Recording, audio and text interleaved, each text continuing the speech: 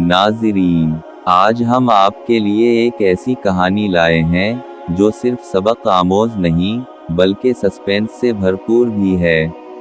अली एक दीनदार नौजवान इल्मे दीन की तलब में दूसरे शहर जा रहा था।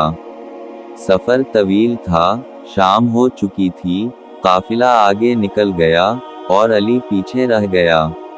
अली को करीब ही एक पुराना सुनसान कब्रिस्तान नजर आया। इसने सोचा, रात यहाँ गुजार लेता हूँ, सुबह रवाना हो जाऊंगा।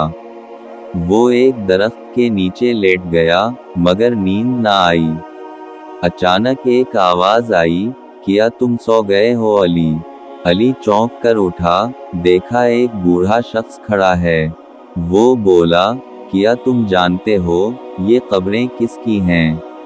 वो बुजुर्ग शख्स अली को एक एक कब्र की तरफ ले गया। हर कब्र के बारे में बताता रहा, ये वो है जिसने नमाज नहीं पढ़ी, ये वो है जो सूद खाता था। अली खौफ में आ गया, मगर बूढ़ा शख्स नरम लहजे में कहता रहा, उनकी चीखें आज भी सुनाई देती हैं, मगर दुनिया को परवाह नहीं। अचानक अली ने सुना, एक कब्र से चीख की आवाज आई, या अल्लाह, मुझे एक मौका और दे दे। अली ने कहा, ये कैसी आवाजें हैं? बुजुर्ग बोले, ये उन लोगों की आही हैं जिन्होंने दुनिया में वक्त ज़ाया किया। डर और खौफ के बावजूद अली को नींद आ गई।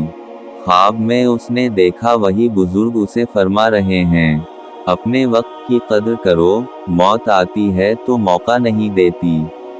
सुबह फजर की अजान से अली जागा। उसने इर्द गिर्द नजर दौड़ाई, कब्रिस्तान खाली था, ना कोई बुजुर्ग, ना कोई आवाज। वो मकाम बिल्कुल वीरान लग रहा था, जैसे वहां कभी कोई आया ही ना हो। अली करीबी गांव पहुंचा और वहां के इमाम से कब्रिस्तान के बारे में पूछा। इमाम ने हैरत से कहा, वो कब्रिस्तान तो कई साल पहले बंद हो चुका है, वहां कोई जाता नहीं। अली ने बुजुर्ग का हुलिया बताया तो इमाम रो पड़े और बोले, वो मेरे उस्ताद थे, कई साल पहले वफात पा चुके हैं, शायद तुम्हें नसीहत देने आए हूँ। अली ने अहद किया, मैं अब वक्त ज़ाया नहीं करूँगा। इसने दीन का इल्म हासिल किया, मस्जिद में इमामत की और हजारों को मौत की तैयारी का सबक दिया। कोई नहीं जानता वो बुजुर्ग ख्वाब थे, रूह थे, या किसी और जहान से आने वाले, मगर अली के लिए वो एक इशारा थे, अल्लाह की तरफ पलटने का। दोस्तों, ये सिर्फ कहानी नहीं, एक आईना है हमारे दिल के लिए। कब्रिस्तान में कोई बोलता नहीं, मगर कब्रें बहुत कुछ कहती हैं। आज हम सुन लें, वरना कल हमारे सुनाने वाला कोई ना होगा।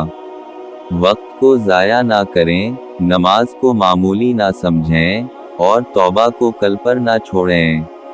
अगर आपको ये कहानी पसंद आई हो तो लाइक करें, शेयर करें, और सब्सक्राइब करना ना भूलें, क्योंकि हो सकता है आपकी एक शेयर से किसी की ज़िंदगी बेहतर हो जाए।